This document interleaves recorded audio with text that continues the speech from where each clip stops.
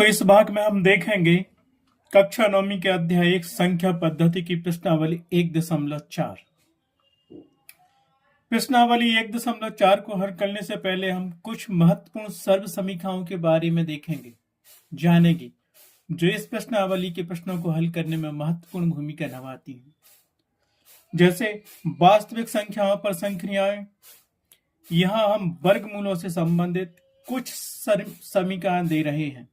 जैसे पहली सर्व समीकरण में दी गई है under root A into B.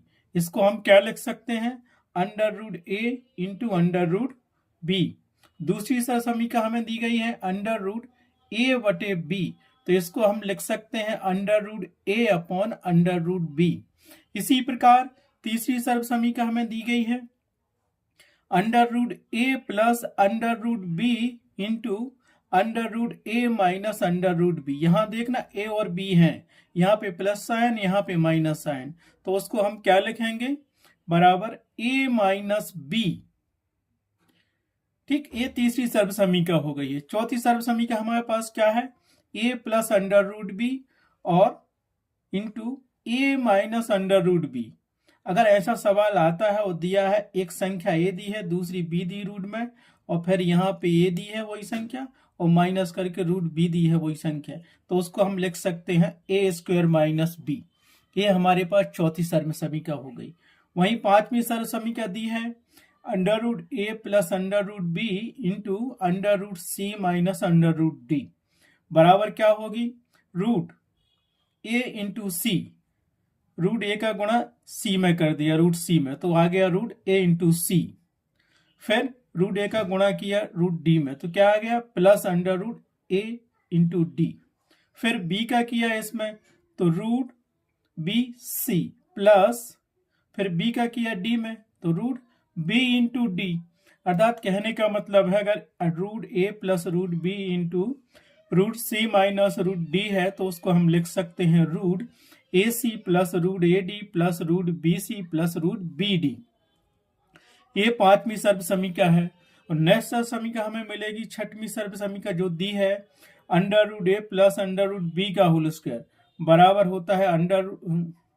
होता है A plus 2 into under root A B plus B.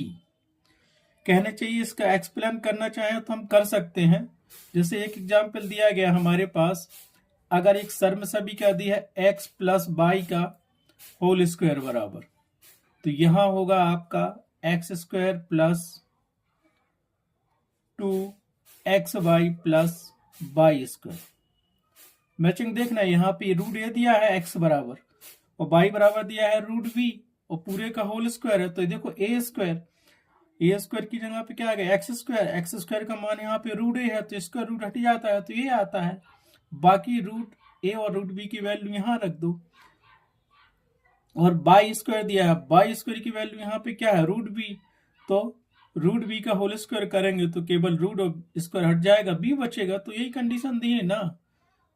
कोई भी सर्व समीकरण देख लो, ये सारी सर्व समीकरण आपको रिमेंबर रखनी है।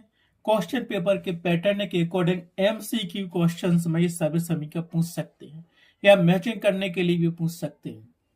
और सबसे इंपॉर्टेंट बात यह है कि प्रश्नावली को सॉल्व करने में ये सर्व समीकरण महत्वपूर्ण भूमिका निभाती हैं। तो चलिए हम स्टार्ट करते हैं प्रश्नावली 1.4 का पहला क्वेश्चन। तो देखिए प्रश्नावली 1.4 का पहला क्वेश्चन हमें दिया गया है कि बताइए नीचे दी गई संख्याओं में कौन कौन परिमेय है और कौन कौन अपरिमेय संख्या है। तो उसमें हमें 5 संख्याएं दी गई हैं, 1 2 3 4 5। इनको सिर्फ हमें ये बताना है कि कौन परिमेय है और कौन अपरिमेय है। तो पहली संख्या हमने ली जो हमें दी है 2 माइनस रूट 5। 2 माइनस रूट 5 क्या है? यहां पे तुम देख सकते हो 2 तो ये हमारे पास परिमेय संख्या है और अंडर रूट 5 एक अपरिमेय संख्या है। कैसे? क्योंकि रूट 5 का पूर्ण वर्गमूल तो नहीं निकलता है। जिस संख्या का पूर्ण वर्गमूल निकल जाता है वो परिमेय संख्या होती है, लेकिन जिसका पूर्ण वर्गमूल नहीं निकलता, अर्थात इंग्लिश में कहेंगे कि ये कौन सी है, इसका परफेक्ट स्क्वायर नहीं है √5 का, इम्परफेक्ट स्क्वायर है ये। और जब संख्या इम्परफेक्ट स्क्वायर होती है तो उसको हम इर्रेशनल नंबर कहते हैं, अर्थात अपरिमेय संख्या कहते हैं। और जब कभी अपरिमेय संख्या किसी भी संख्या में से घटाते हैं तो वो अपरिमेय संख्या ही होती है, क्योंकि 2 परिमेय है और √5 अपरिमेय संख्या है। तो परिमेय संख्या में से हम अपरिमेय संख्या घटा रहे हैं तो ये क्या होती है, हमारे पास अपरिमेय संख्या ही मिलती है। सबसे पहले हम इसकी एक परिभाषा देख लेते हैं, अपरिमेय संख्या और परिमेय संख्या क्या कहलाती हैं। तो परिमेय संख्या क्या कहलाती है, परिमेय संख्या P/Q के रूप की होती है, जहां पे क्या होता है, Q बराबर नहीं होता 0 के। ठीक है, जैसे 1/2 ये क्या है, एक परिमेय संख्या है, P/Q के रूप की है और Q बराबर नहीं है 0, अर्थात इसका कंपेयर करेंगे P/Q से तो यहाँ क्या मिलेगा हमें, देखो P बराबर मिल गया 1 और Q बराबर क्या मिल गया हमें 2, 0 के बराबर तो नहीं है, अतः एक परिमेय संख्या है 1/2। इसी प्रकार हम एक एग्जाम्पल और ले सकते हैं, जैसे 3/5 ये भी P/Q के रूप की है, अतः यह क्या है, एक परिमेय संख्या होती।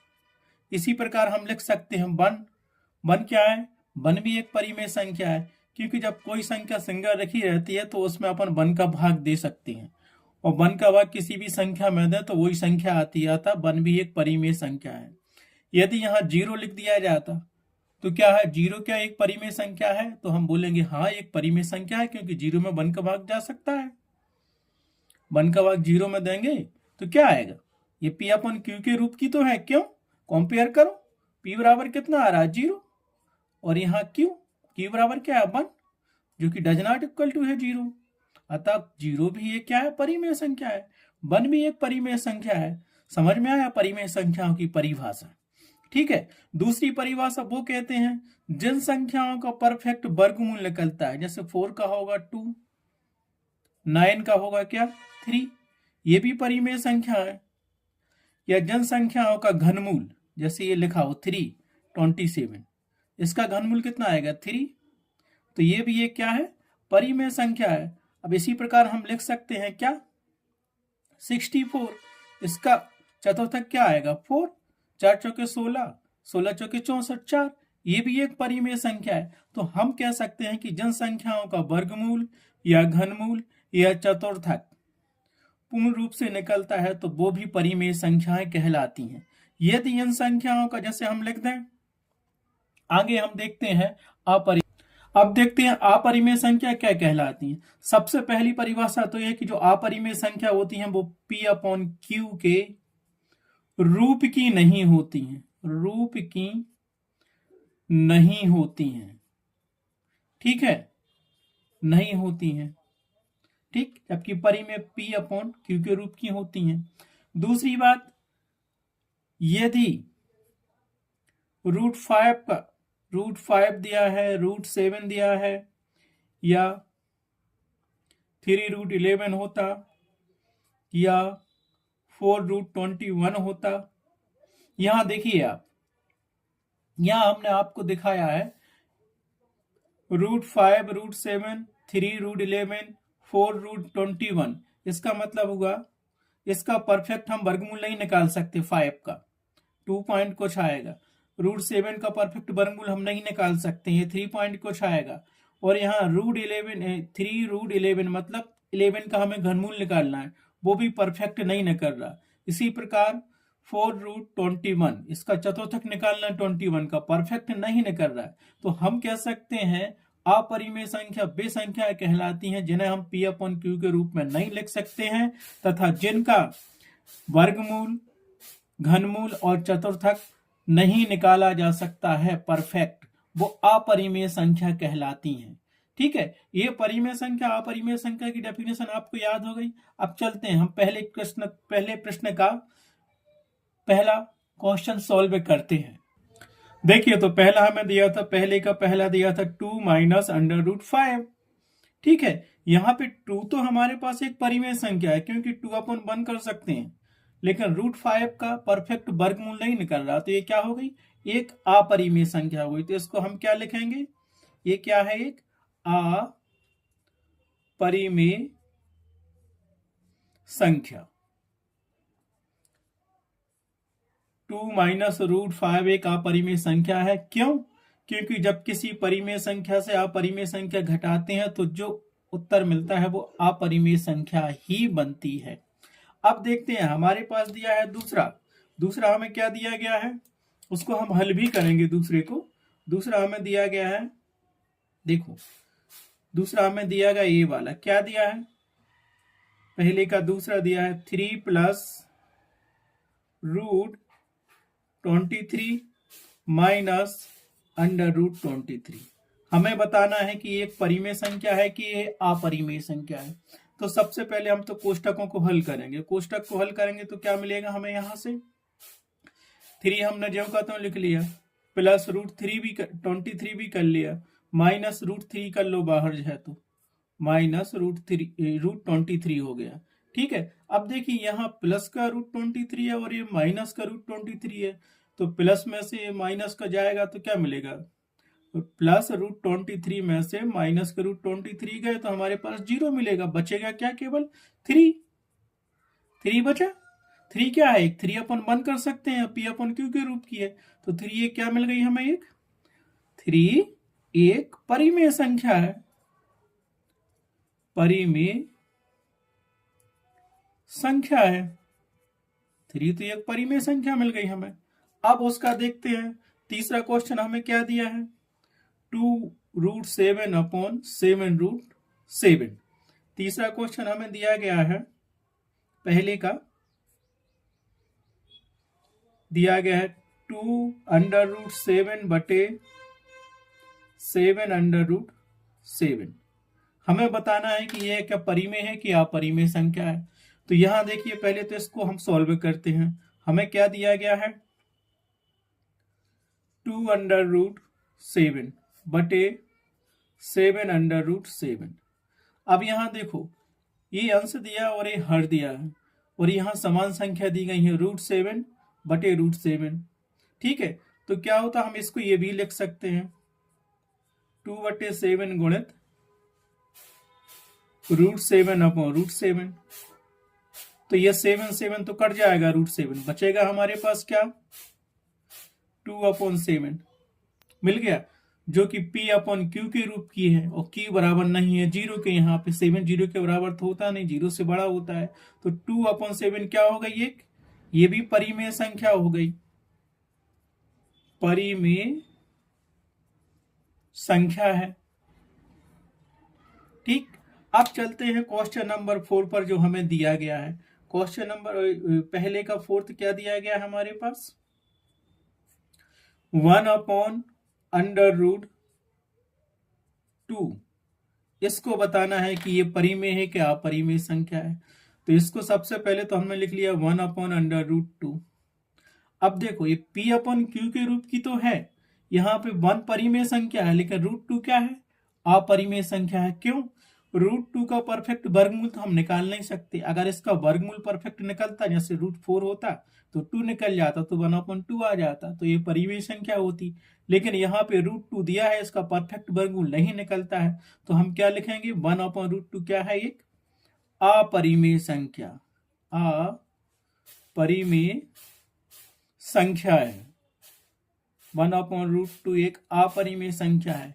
इसी प्रकार लास्ट क्वेश्चन दिया पहले का, ये 5 नंबर का हमें दिया गया है।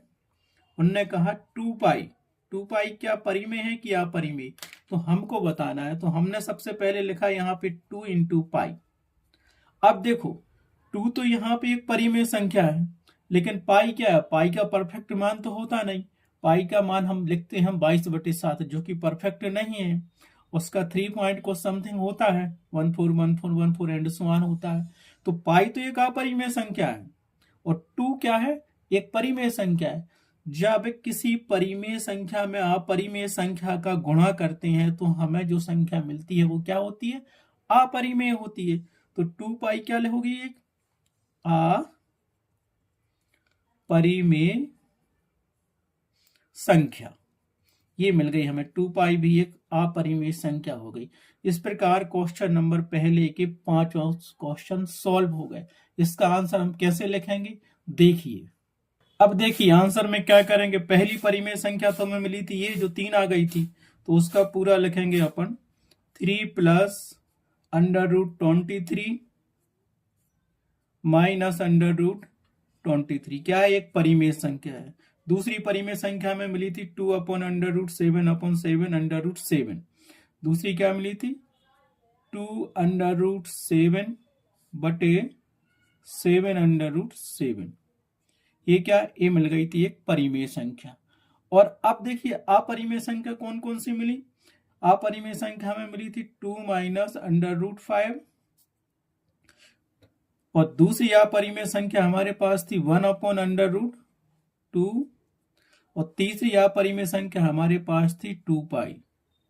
ठीक है, इस प्रकार से पहले क्वेश्चंस के 5 क्वेश्चन सॉल्व हो गए और उत्तर आपको इसी प्रकार देना है। ये एमसीक्यू क्वेश्चन में भी पूछ सकते हैं या फिर 1 नंबर के क्वेश्चन में भी आ सकते हैं। इस प्रकार से ये पहला क्वेश्चन कंप्लीट हुआ। अब देखते हैं हम प्रश्नावली 1.4 का क्वेश्चन नंबर 2 जो हमें दिया गया है।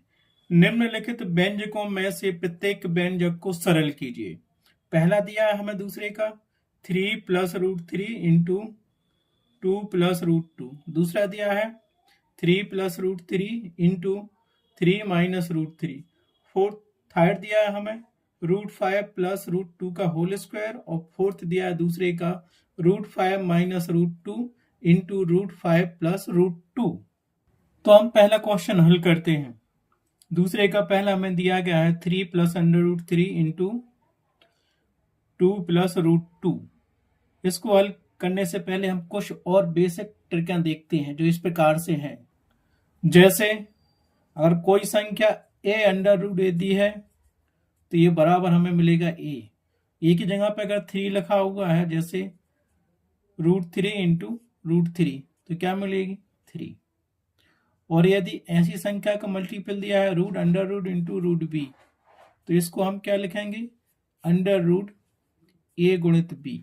जैसे ए बराबर दिया है यहाँ पे हमें 3 इंटू अंडर रूट बी बराबर दिया 4, तो हमें क्या मिलेगा रूट के अंदर 3 गुणित 4, तो ये क्या हो जाएगा अंडर रूट के अंदर 3 चौके 12।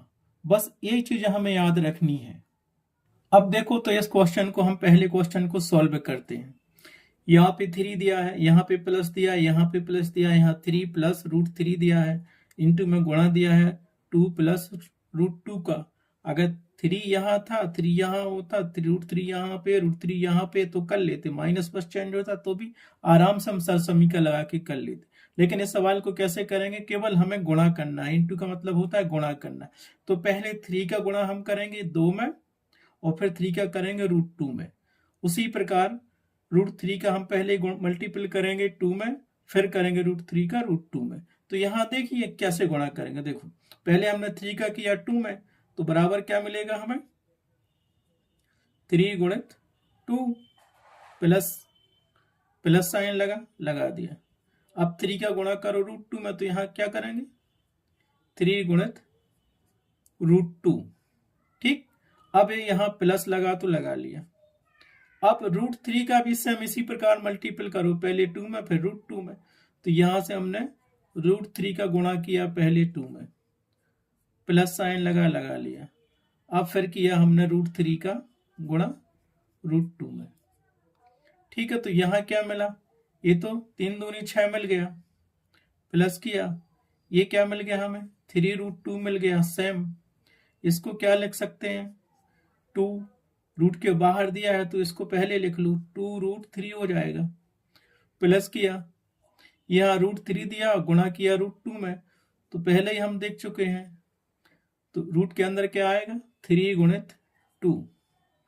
अब बराबर के नीचे बराबर लिखा हमने, यहाँ 6 ज्यों का त्यों लिख दिया, प्लस 3 रूट ज्यों का त्यों लिखा हमने, और यहाँ पे 2 रूट 3 ज्यों का त्यों लिखा, प्लस रूट के अंदर क्या हो जाएगा 3 दूनी 6।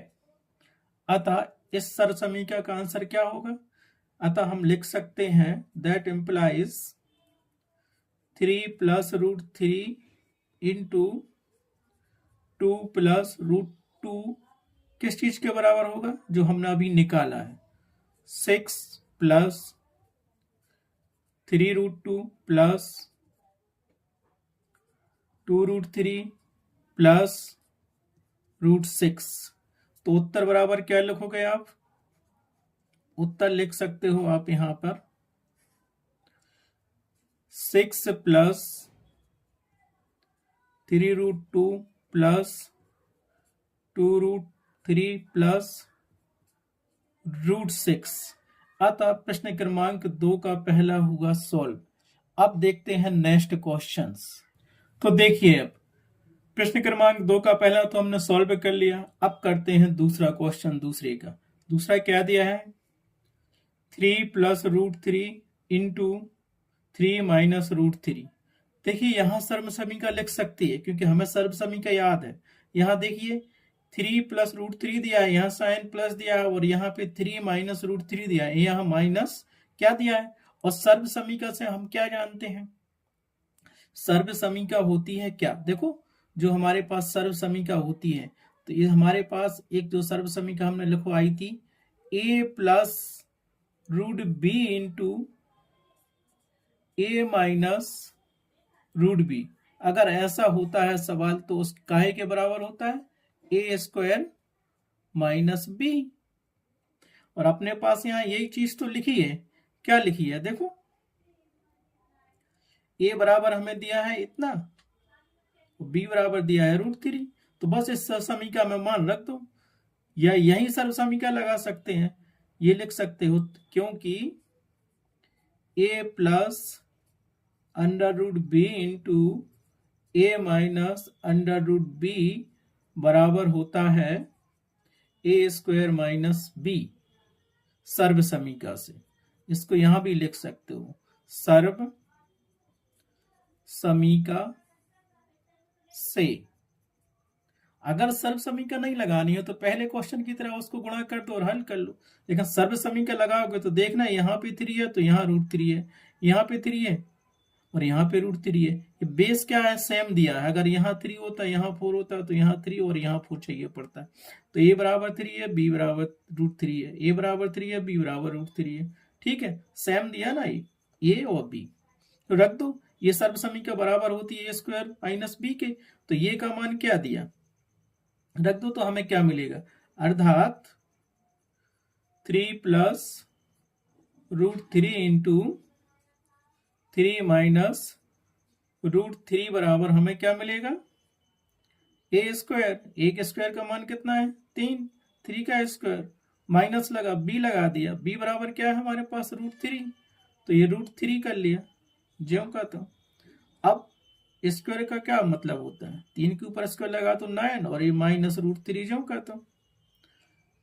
अतः क्या करोगे, इस सर्व समीका का, इस व्यंजक का आंसर क्या आएगा, इसीलिए हम लिख सकते हैं 3 plus root 3 into 3 minus root 3 बराबर होगा 9 माइनस रूट 3 के।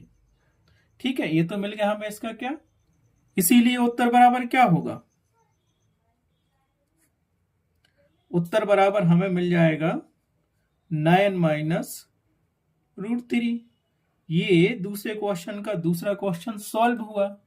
अब हम करेंगे प्रश्न क्रमांक 2 के तीसरे को हल। तीसरे को दो प्रकार से कर सकते हैं, एक तो सर्व समीका लगा दो, या फिर इसको हम क्या लिख सकते हैं, देखो तो हमें यहां क्या दिया गया है, रूट 5 प्लस रूट 2 का होल स्क्वायर। ठीक, बट हम क्या जानते हैं सर्व समीका से, सर्व समीका से हम जानते हैं, सर्व समीका से हम जानते हैं कि क्या जानते हैं, root A plus root B का होल स्क्वायर बराबर क्या होता है, A plus 2 under root A into B plus B. ये सर्व समीका है हमारे पास। देखो रूट ए की जगह पे हमें क्या दिया 5 दिया, रूट बी की जगह हमें क्या दिया रूट 2 दिया, तो इसको अपन क्या लिख सकते हैं, देखो यहाँ पे लिखो इसीलिए root 5 plus root 2 whole square, ये तो हो गया अपने पास क्या रूट ए के बराबर, और ये हो गया अपने पास रूट बी के बराबर। तो बस इसको हल कर लो तो क्या मिल जाएगा हमें, यहां से मिलेगा सीधा सीधा क्या है सर्वसमी का ए की जगह पे यहां क्या दिया 5 दिया है ना, तो सीधा लिख लो 5 प्लस 2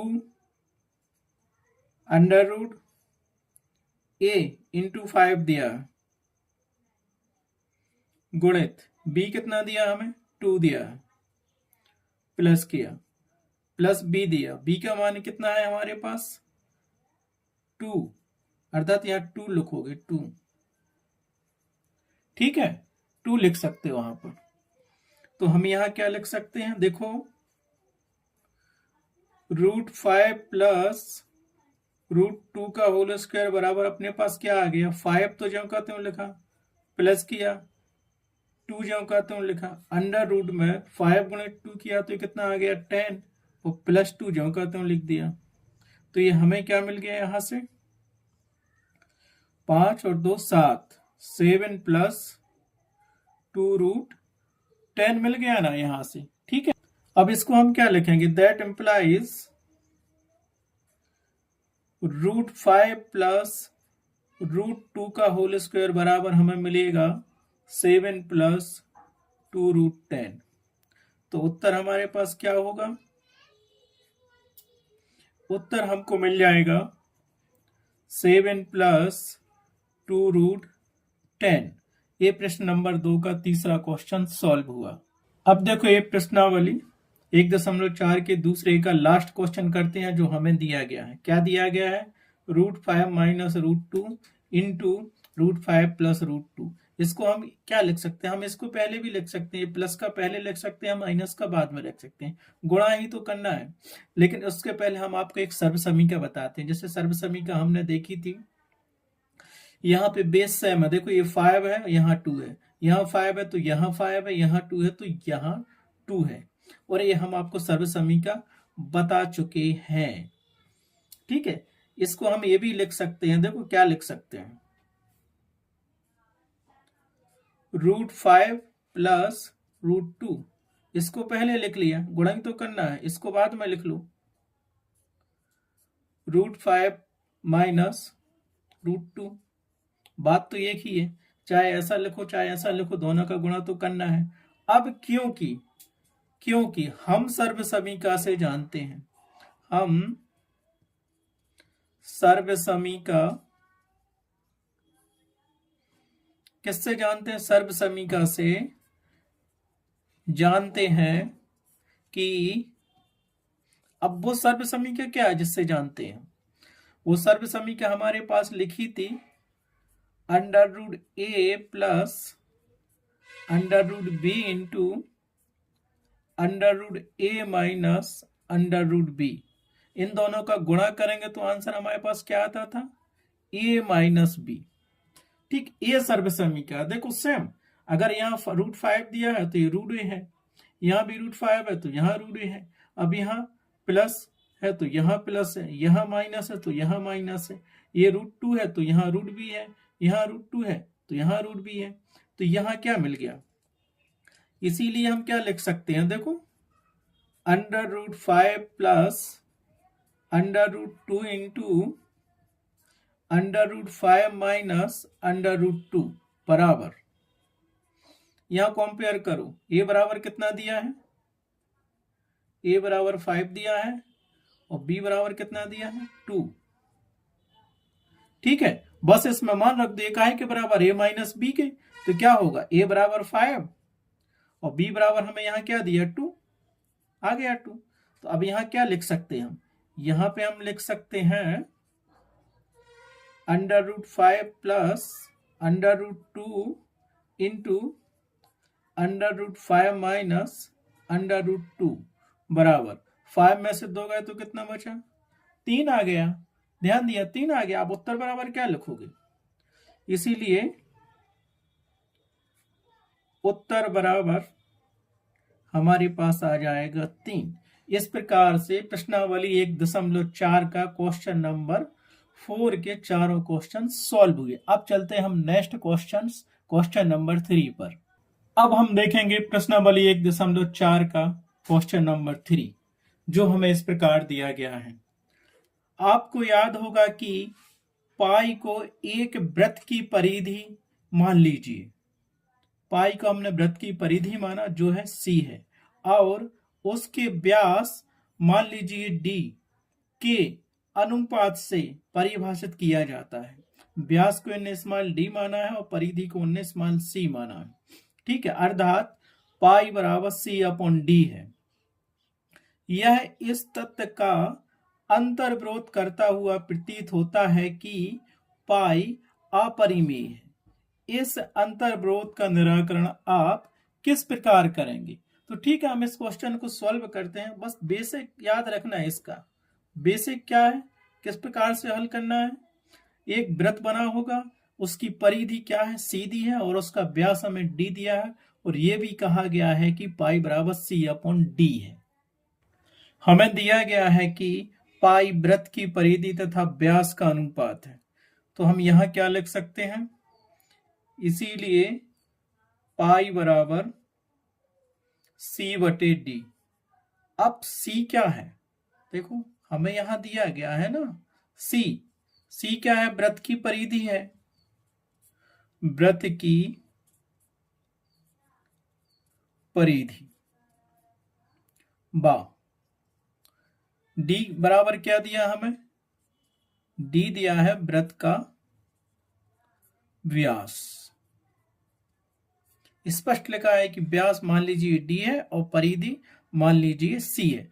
माना कि हमारा एक ये वृत्त बना हुआ है, ये वृत्त बना हुआ है, और ये वृत्त की जो परिधि दी है क्या दी है, सी दी है, और ये माना कि वृत्त का सेंटर है, और सेंटर से होकर अगर कोई भी लाइन जाती है तो वो क्या कहलाती है, वृत्त का व्यास। डी वृत्त का व्यास है, ठीक है, जो कि पी अपॉन क्यू के रूप का है। अतः हम कह सकते हैं कि पाई बराबर सी अपॉन डी है, मतलब वृत्त की परिधि बटे वृत्त का व्यास एक परिमेय संख्या होगी।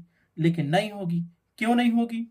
अब हम ये भी तो जानते हैं, यहां पे देखो एक रीजन ये भी है, देखो हम क्या जानते हैं, क्योंकि हम जानते हैं कि पाई बराबर 22/7 होता है, लेकिन ये पाई का करेक्ट मान नहीं होता।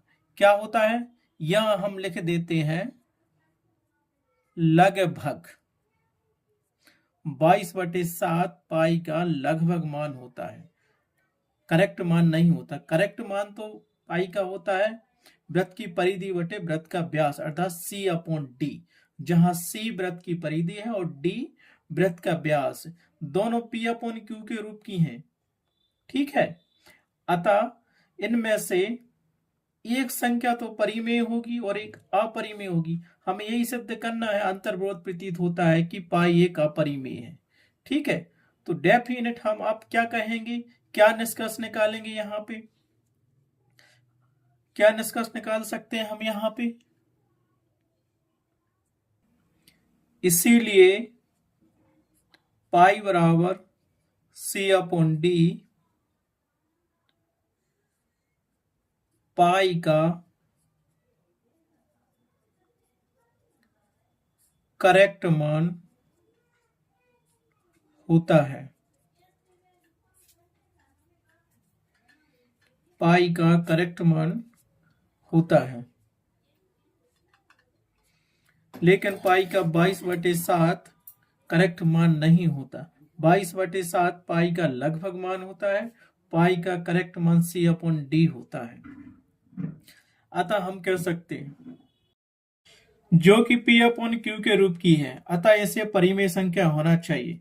लेकिन यहां पी तो अर्थात पी बराबर सी परिमेय संख्या है, लेकिन व्यास क्यू बराबर डी अपरिमेय है। अतः हम कह सकते हैं कि सी तथा डी में से कोई एक संख्या अपरिमेय है, इसलिए पाई बराबर सी अपन डी एक अपरिमेय संख्या होगी। तो उत्तर हम क्या लिखेंगे, पाई बराबर सी अपन डी एक अपरिमेय संख्या होगी। इस प्रकार प्रश्नावली 1.4 का क्वेश्चन नंबर 3 हुआ कंप्लीट। अब चलते हैं हम नेक्स्ट क्वेश्चंस पर।